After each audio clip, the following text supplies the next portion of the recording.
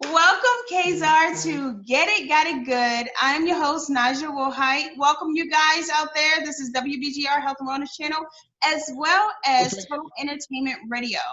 So, Kazarr, the reason why I know about you, I don't know if you know this, but my tiny tyke was an extra on your movie set with Lion Beckwith. Is that how you say his name?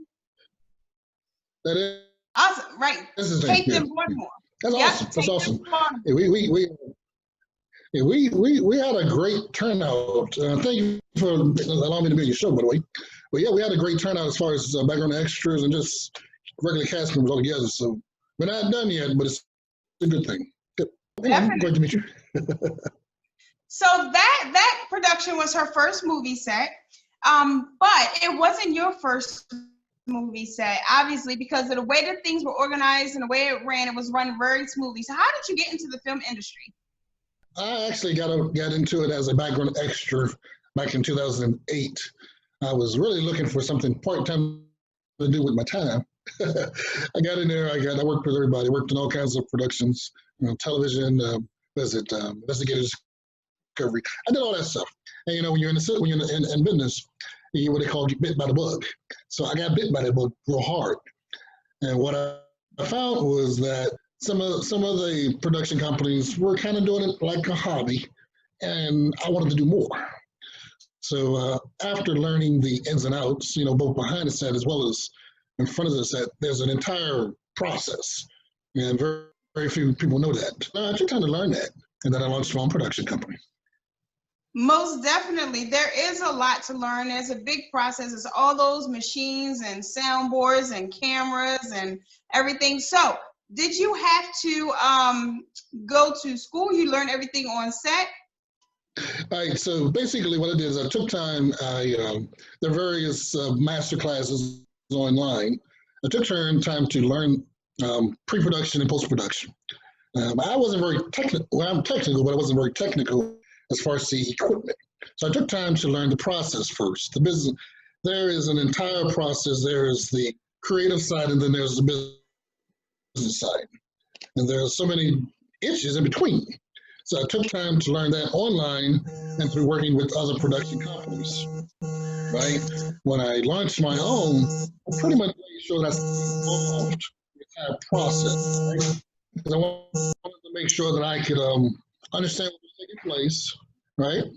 But also just learning through other people as well. Absolutely, and a lot of times people it's a learning process. It never really stops. Yeah, and a lot of times with the changing materials, the changing equipment, the changing things, people don't even want to take the time to get that far because it's a lot. So okay, so you learn the process. How do you go about creating your first production? So I write my scripts as well. I get two things. I get folks that are bringing their books to me saying, I want to produce this into a movie. So I have scripts that are constantly coming to me, but for my own scripts, I write those. Some come through inspiration by the past experiences. Some, believe it or not, come in my dreams, and I actually remember most of them vividly, and it continues to build that way.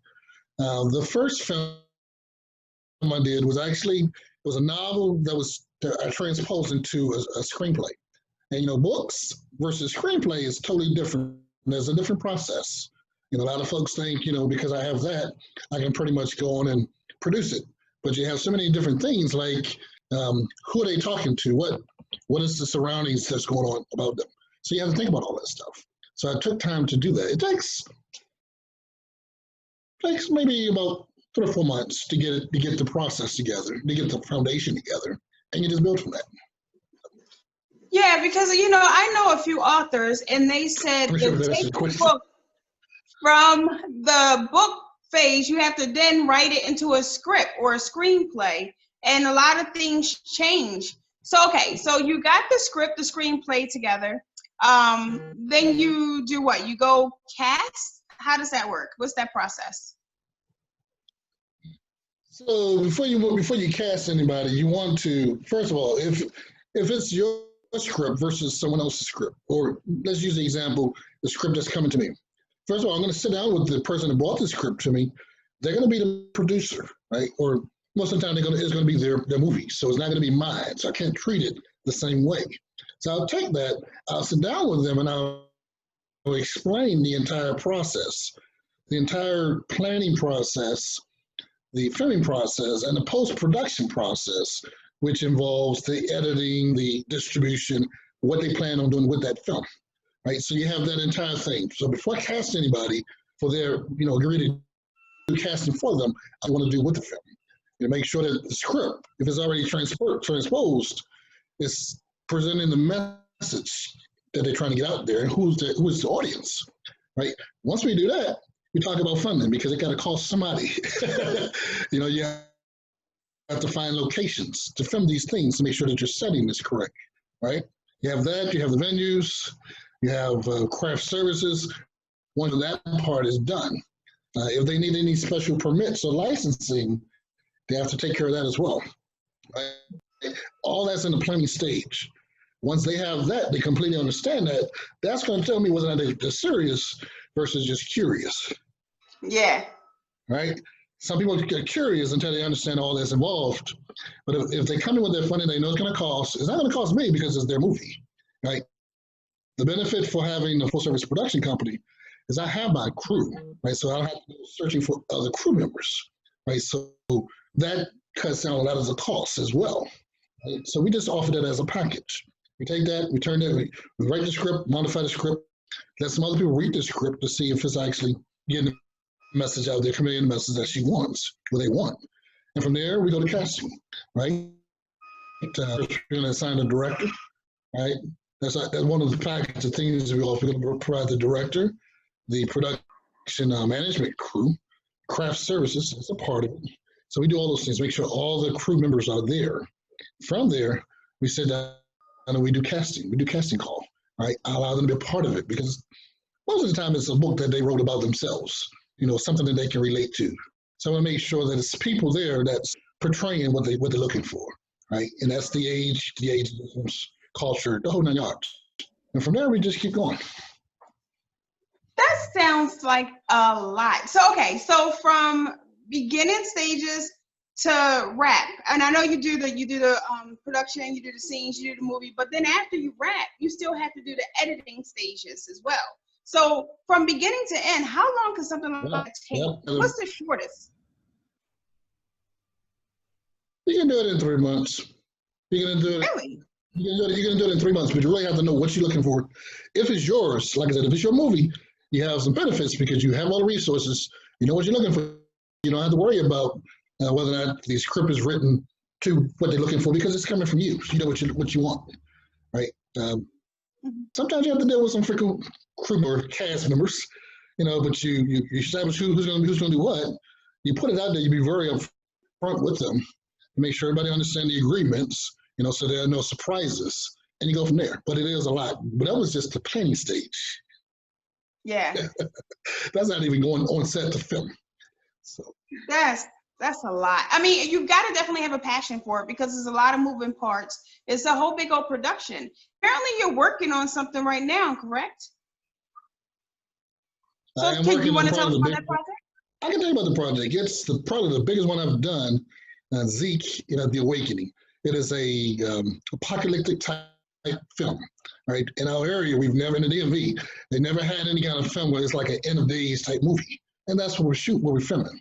We're about 80-90% done. We did it all based out of Baltimore as kind of like a little area of working, because I wanted the structure, some of the abandoned buildings, that kind of thing. But it's been over like 60 background extras, probably about 20 regular cast members. So it's huge. But now I'm in the editing phase. Yeah, well, good thing, because if you wasn't in the editing phase, you couldn't really shoot right now because of the quarantine situation. Is that affecting business? Ooh, that put a halt to things.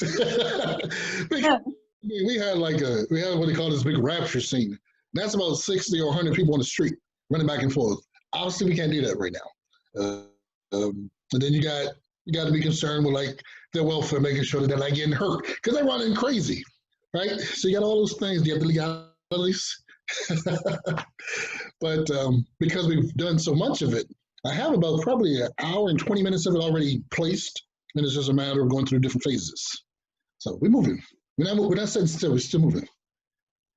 Okay, so once that's all completely wrapped and edited, what is your goal for that movie? Because I know as a director, you can release it in several different places, or independent movie theaters. So how does that work? So, like I said, it is a business. It's not a hobby, and it's a lot of money and time and effort invested. So, most people that are serious in the business that attach themselves to production, they only do that because they want to know that it's going somewhere, right? So the distribution is the next step. After, I'm going to do the festival circuit a little bit, only because I want to attach some awards to it, because it adds credibility to it when you're presenting it. You're trying to sell it to distributors. I do currently have some major distributors that I've worked with on some previous projects. So I have that connection. And that's pretty much the avenue that I'm going to take. That's through all of the streaming medias. That's through airplane move what they're looking for. So I have to make sure that the finished project looks that way. Absolutely. And I'm really excited about seeing that project myself, because I've heard a lot of things about it. I knew some of the soundtrack, because I actually had a chance to interview one of the artists that will be featured on the soundtrack. So how did that come about? Yes, is that Seneca? Actually we haven't singing. Yeah. We're not focusing on the soundtrack yet. Because it's, so you have the soundtrack, but then you also have the cinematic sounds behind the scenes sounds of artists. But I didn't want it to all be the same style of music. Meaning I don't want a whole bunch of hip hop, right? Or too much dramatic sound unless that scene calls for it. Because you still got to consider the audience and the distribution. But I have probably 4 artists that are attached to it. Once we do the film, then we'll do the soundtrack, because it's going to be two separate entities, right? When you start doing soundtrack and you start doing the music and all that, people get paid. Yeah. So you got to do it a certain way. So the soundtrack is usually the last thing to be added to a project. Yeah. That's a lot, but the habit all comes together. You have some songs that. Yeah, I mean, to have it all come together in one package, though, has to be rewarding. It's extremely rewarding, and it's also a part of the learning process. Because it's not my first one. This is like I've been in it for 13 years, and it's taking time to make sure you understand everything, so you don't get surprised with things. Like, give an example, music, for example. Some people will use people's music without having copyrights, a copy of the copyright agreement, and they'll put it in a commercial project, in a commercial product, and sell it. Then that's an issue. You have to make sure that you cover all those different things. So, you don't want to push too fast through it. The biggest mistake, and I made the same mistake in the beginning, the biggest mistake is to push things out too quickly. So. Yeah, I mean, most definitely, because I know a lot of the times people don't know the business behind the business. And so when you make mistakes, you learn the business, obviously. However, how do you have a mentor? Like, how do you find out these things? Because you can't know everything if you don't know what you don't know. Correct. And as remember early on, I said I took time and I worked with a lot of the other different production companies. And you bring different things from them. And I still continue to work with other people, like the equipment. I didn't understand equipment. Somebody taught me the equipment. And you self-teach yourself as well. You never really sit still. I'm still an actor too, so I act in most of them. So you're constantly building. Mentors, I don't have per se an individual that's mentored me. I would say I have several people that's placed nuggets in my life, my understanding of the business. And support. I have support is huge. One of the biggest support people is an actor W. Keith Scott, right? And I have him as a producer on most of the projects because he's been there.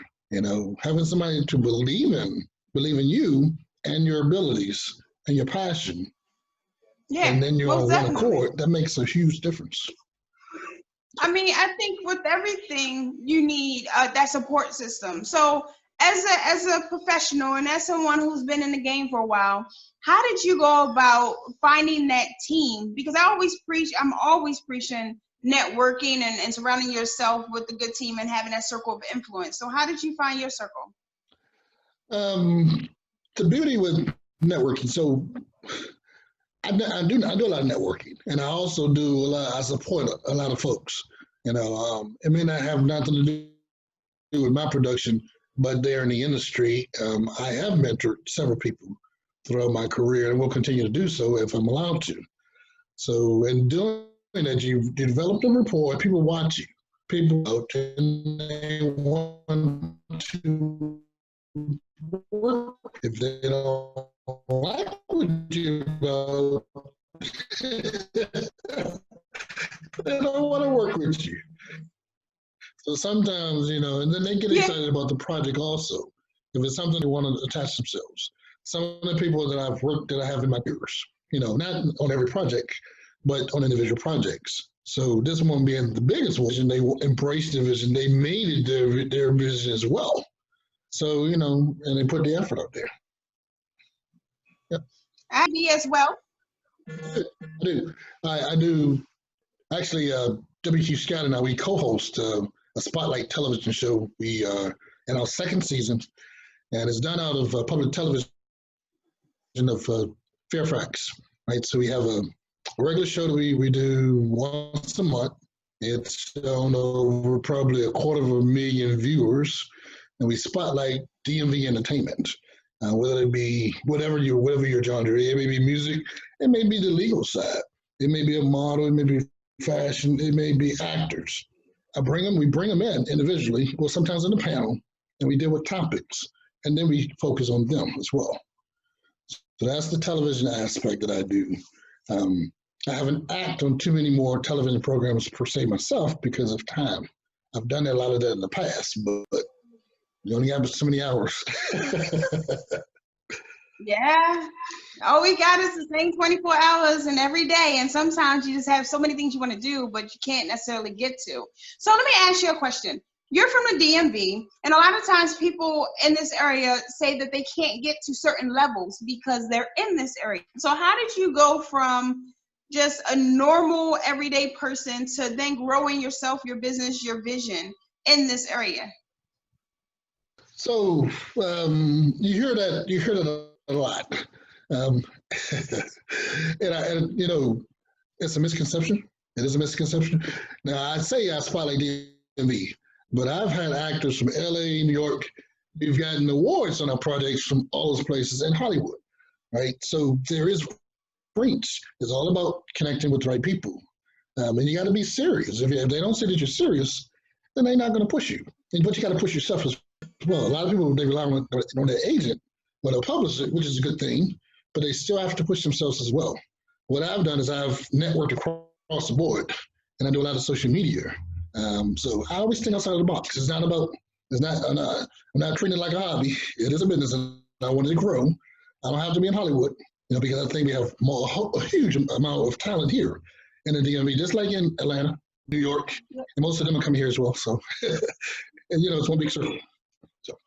So, and I appreciate that, because a lot of times people who are talented then leave the DMV area, but other locations, they have just started to grow from within and then pulled the talent all together and therefore made their spot on the map a hot spot. So, and it definitely can be done in this area because there is a lot of talent here. So do you see yourself part of that process for the area? Yeah. I've tried to establish my productions as a platform for people that are willing to do work. Because, like I said, I'll come in, I'll bring people in that may not have the experience. I'll give them opportunities, you know, but only if I see that they're serious. Some people want to learn the behind the scene deal, and I'll show them that too. I'm gonna get tongue twisted. But I'll bring them up to a certain point because I want, you don't want to tell them everything. You want them to go out and get it themselves also. But also you got to see, you get a lot of folks that, and then they don't want to say thank you. There's the appreciation may not be there. So you got a lot of folks, they have different agendas, and you just got to make sure that you know where theirs is and see if it aligns to what you're trying to put out there. So, just like in every business, establish ourselves. Yep. No, go ahead. Go ahead. No, go ahead.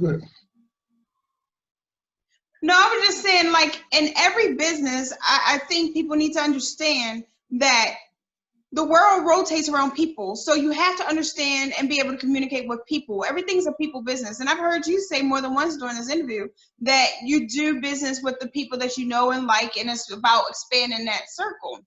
That comes from, that goes for the people you work with as far as the ones that you're teaching as well. If they're hungry, then you'll help them, and you got to just weed that out. So is there certain qualities that you think people should have besides hunger and determination that you look for as well? I would say, when we do the television show, we don't just try to spotlight them, we try to educate the audience, the viewers, and the people that's in the studio with us. And one of the things I find is either seriously creative or you seriously understand the business. But most of them don't understand both. Yes. And what works for me is seeing the actors that take time.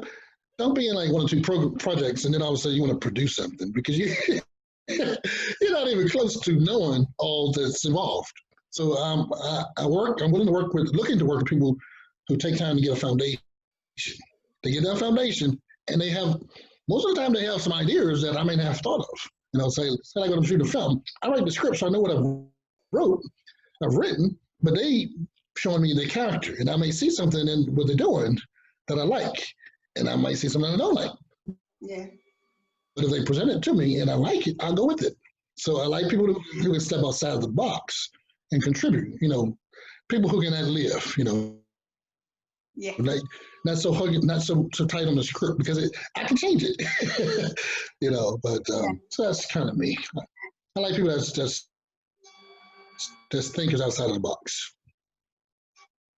Absolutely. And I think you have to think outside the box and be flexible in order to be able to grow, learn, and not to mention get projects out, because a lot of the times you have to be able to tweak some things in order for it to fit in the mold to get it distributed. So we're going to take a brief bit. Now I'm tongue twisted. We're going to take a brief break, and then we're going to come back and talk about the difference between the creative and the business side and distribution. So you guys stay with us. We'll be right back. Research suggests that close to 50% of all small businesses go out of business in their first 2 years. Don't let that be you. Join That's My Network LLC today.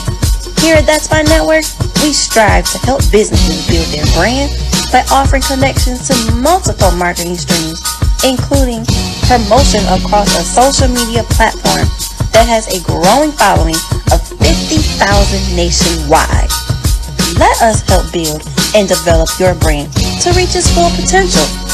For more information, email that'smynetwork@gmail.com. That's My Network, a network that works for you. Hello, guys. Welcome back. I'm glad that you're still with us because I want to talk to Kazarr about the business as well as the creative side, because I always emphasize, and I don't know this, but a lot of the things, and one of our sponsors is ESSA, the Entrepreneurship School for the Artists. And the reason why a collective of us came together is because we found that a lot of artists, entertainers, singers, dancers, authors, whatever it is, they know their craft, but they don't necessarily know the business side of it. And a lot of times people get screwed. So how do you suppose an artist marry those two? They're both art forms. They're both things that you need to know. So how do you suppose a person learn to integrate both of them in their daily craft? I would say, let's say as an actor or an artist, I would treat that as a business. I would approach it as a business. I would take time and actually register a business name. And if you treat it like a business, you're going to act like it's a business. So you're going to look for certain business aspects to take place as far as contracts, agreements, and just jump on every project without having someone read the final line or even having an agreement. Right? So you're beginning to get into the business side of it, right? You continue to learn to learn your craft, right? Because you're never going to get to a certain point, a plateau point where you learned it all, because you continue to grow. So you keep pushing the creative side that comes easy for you, sort of, but you also begin to work with other people, other like-minded groups that deal with the business side. You need to understand licensing. You need to understand copyrights. If you're a music artist, like I said, you want to take, if you want to bring your music to my movie, I'm gonna need a master use copy singularization license. 2 different licenses, 2 different agreements. If I don't have those, and I use your music in a movie, and I go and I do distribution for my movie, you also can come back and say, hey, I need some money. Because they have what they call a Q sheet. The Q sheet, there's an organization that tracks that Q sheet. Any place in the movie where there's music, there needs to be acknowledgement of who that music belongs to, the artist, right? So they need to take time and learn that stuff. Don't be so excited that you can work with distribution, right? Because if you don't agree to a pay, don't come back and look for pay afterwards. If you don't have that exposure, that following, you take that exposure, right? And then once you're out there, then you come back and you present something in the next project. So, you have the exposure, that's part of the growth. You have that licensing. And even within the exposure, you still have to do the license, the agreements, right? Just so everything adds up, because the distributor is going to need a copy of that to cover their back as well. So that's a big thing. Just treat it like a business. If you treat it like a business, you'll start thinking like a business, along with the creative side. So that's probably the easiest way.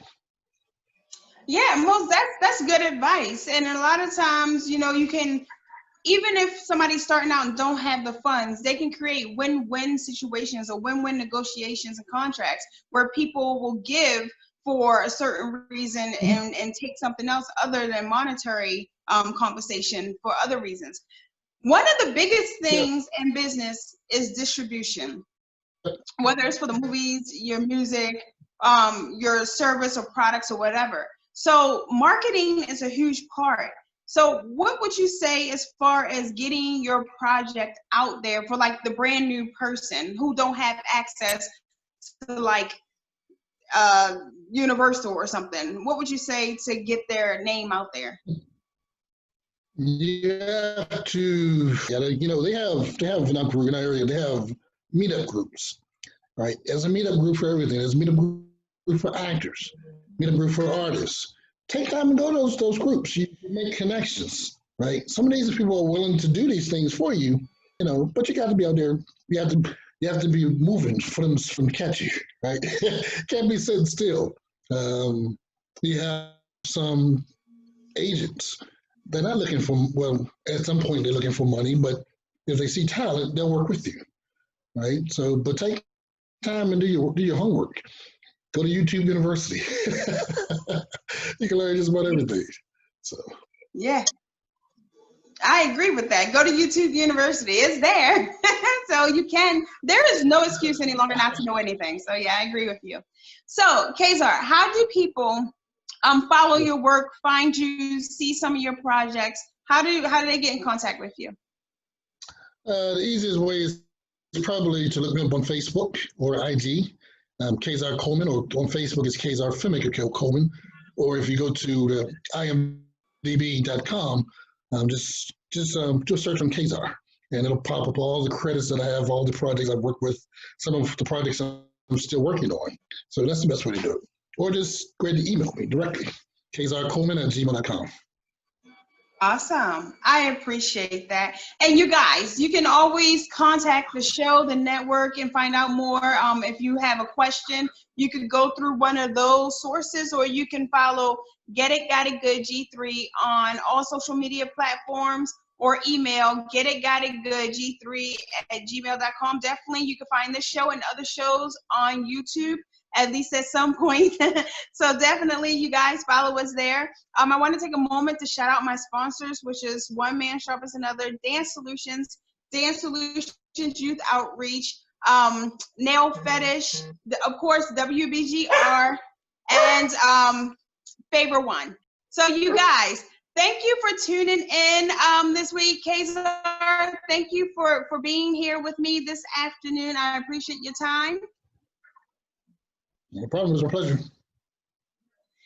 And you guys, don't forget to tune in every Wednesday for the on WBGR Health and Wellness channel for Get It Got It Good, and Monday through Friday, 6 p.m. on Total Entertainment Radio.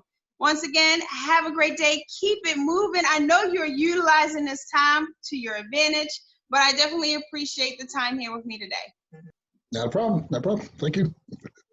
Thank you. Have a good day.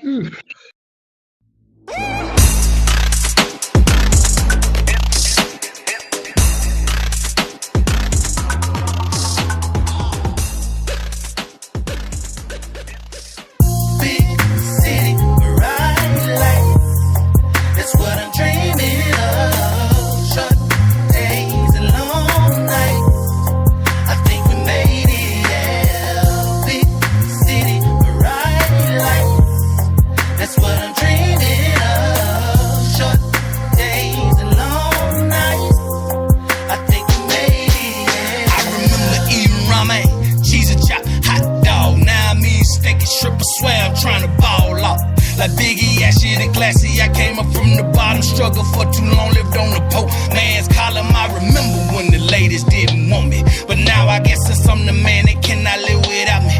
You ought to see my Twitter and my IG, man, it banging like a mug. I had my niggas jokers even right there with me in the gutter, shining on a hater, rocking alligator, moving state to state, baby. I gotta stack that paper. Know you missing me, but I'm living my dream. I went from driving hand-me-down to riding super clean. They said I couldn't do it, but I did it. Now they know I am the flagship. Best it ever did, it beg to